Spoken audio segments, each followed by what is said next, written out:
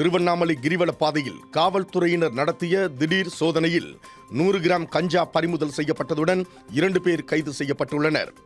சமீபத்தில் நடைபெற்ற அதிகாரிகள் ஆலோசனை கூட்டத்தில் கிரிவல பாதை பகுதியில் போதைப்பொருள் பயன்பாடு மற்றும் விற்பனை குறித்து எழுந்த புகார்களை தொடர்ந்து காவல் துணை கண்காணிப்பாளர் ராஜா தலைமையில் 75க்கும் மேற்பட்ட போலீசார் பல்வேறு குழுக்களாக பிரிந்து அதிரடி சோதனையில் ஈடுபட்டனர்.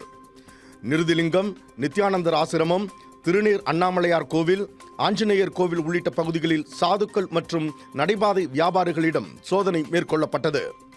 அப்போது சிலரிடம் மதுபாட்டில்கள், குட்கா உள்ளிட்ட பொருட்கள் இருந்தது கண்டுபிடிக்கப்பட்டது. மேலும் அடையாள ஆவணங்களும் ஆய்வு செய்யப்பட்டன. இந்த சோதனையில் 100 கிராம் கஞ்சா பறிமுதல் செய்யப்பட்டுள்ளதுடன் 2 பேர் கைது செய்யப்பட்டுள்ளனர். இதற்கிடையே ஒரு சாதுவிடம் பெண் காவலர் சோதனை மேற்கொண்ட போது குற்றச் செயல்களில் ஈடுபடுபவர்களை பிடிக்காமல் சாதுக்களிடம் மட்டும் சோதனை நடத்துகிறீர்கள் என கூறி அவர் வாக்குவாதத்தில் ஈடுபட்ட சம்பவம் அந்த பகுதியில் பரபரப்பை ஏற்படுத்தியது. திருப்பத்தூர் மாவட்டம் ஆம்பூர் அருகே 8 வயது சிறுமிக்கு பாலியல் தொந்தரவு அளித்ததாக கூறப்படும் 14 வயது சிறுவனிடம் உமராபாத் காவல்துறையினர் விசாரணை மேற்கொண்டு வருகின்றனர். அதே பகுதியைச் சேர்ந்த 8 வயது சிறுமி வீட்டின் வெளியே நின்றிருந்த போது 14 வயது சிறுவன் பாலியல் தொந்தரவு அளித்ததாக புகார் எழுந்தது.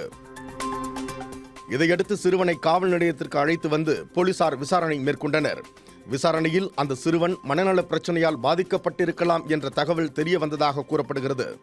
இது தொடர்பாக வழக்கு பதிவு செய்துள்ள உமராபாத் காவல்துறையினர் தொடர்ந்து விசாரணை மேற்கொண்டு வருகின்றனர்.